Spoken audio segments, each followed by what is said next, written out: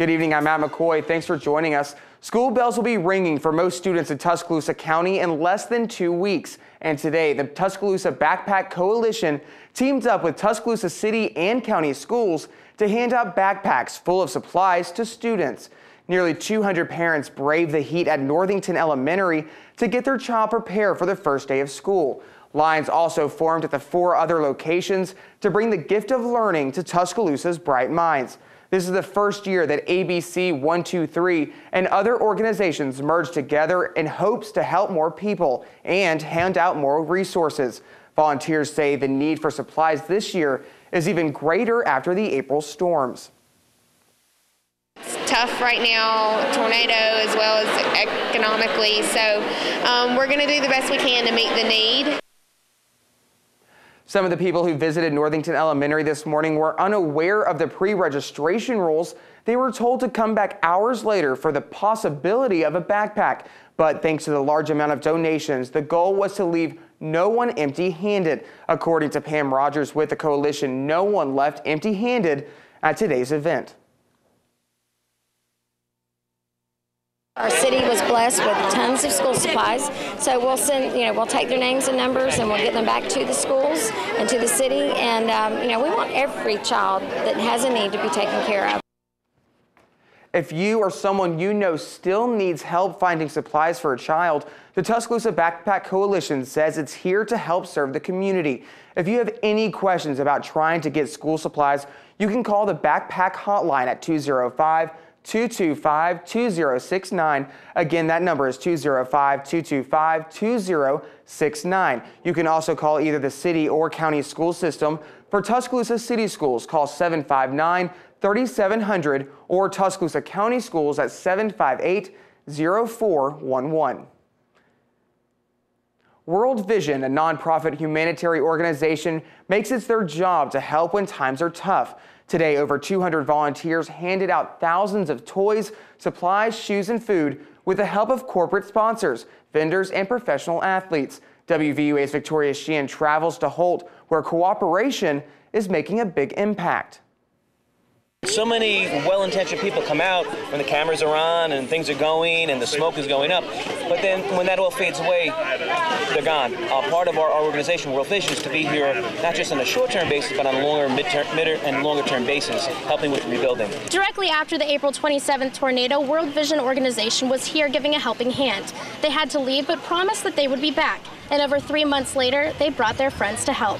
Chase and Justin Tuck from the Giants came alongside of us, and we raised more funds. And Justin bought backpacks for 1,700 students and the supplies. What we did was we actually assembled them with children in the South Bronx and New York City. From a school in New York to offices in Dallas and Denver, help was on the way with an added message of support inside each backpack. Let them know that they do care and they haven't been forgotten about. It really makes an impact on the kids when they receive these. They realize that somebody actually does care, has actually personalized something rather than just send them some product that they can use. We firmly believe in education. We believe school supplies change lives. A book in the house makes an impact on a children's desire to read and their education and their future education. As far away as Africa, the people of World Vision have seen it all. But after seeing the resiliency of Tuscaloosa, they say nothing matches the spirit of the Druid City. And it's such an exciting thing to see and watch, especially as an outsider, to see that people coming together in community. And it says something about the community of Tuscaloosa. Reporting in Holt, Victoria Sheehan, WVUA News.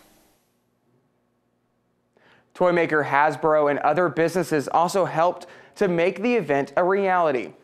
The University of Alabama women's basketball team took their skills off the court and helped use them to help local children affected by the April tornado. They held a school supply drive today at Foster Auditorium on the UA campus. Among the items collected were pencils, crayons, and other basic needs for the classroom. One University of Alabama alumni said the donations are a great way to help the parents who already have so much on their minds. Erica Russell, a UA basketball player, is just happy to be giving back to her community. Just a way to help parents, take that burden off. They have so many things to worry about since the tornado, and just if you can help them with supplies, help them just give back to the community.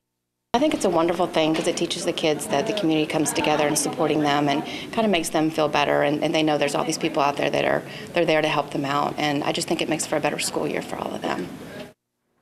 The supplies collected at today's drive will be dispersed to hard-hit areas on Monday. They call it the Hot 100 miles, that is, and different types of riders from all over the Southeast battle the humidity for a few hours of fun. WVUA Sarah Chavnik met one of those riders and has more on his story.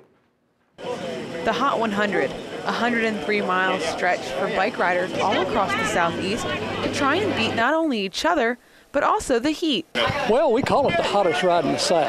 It's for racers, it's for recreational riders, it's for any type of rider. And the ride goes to prove just that. Brian Smith suffered from a traumatic brain injury in 1995 after being involved in a car accident.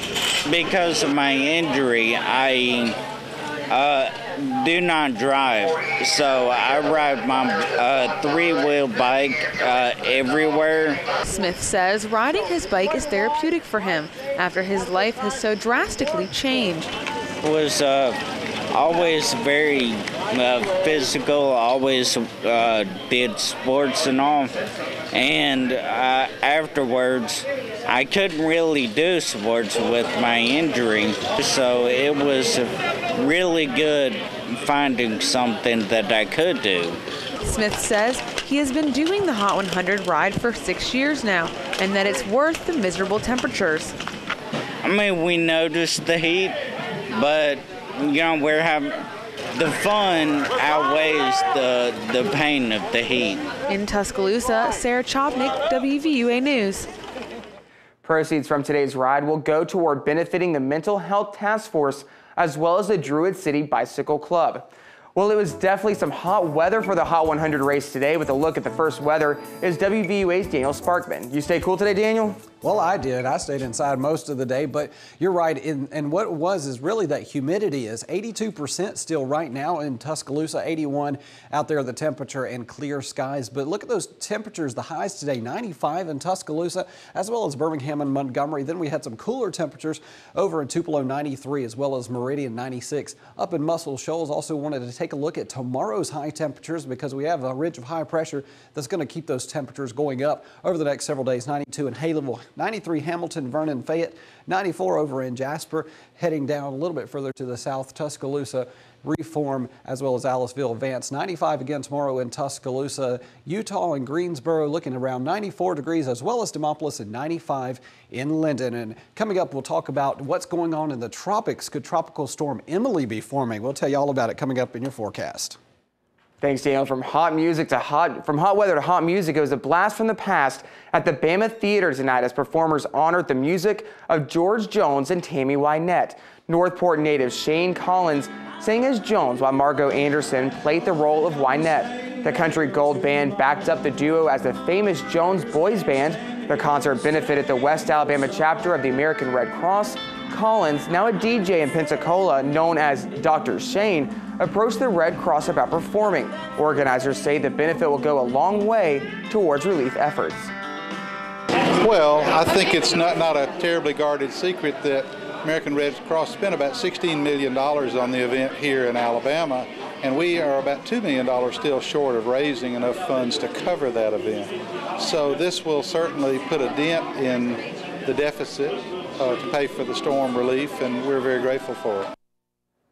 Collins raised over $40,000 in 2 truckloads of donations following April's tornado.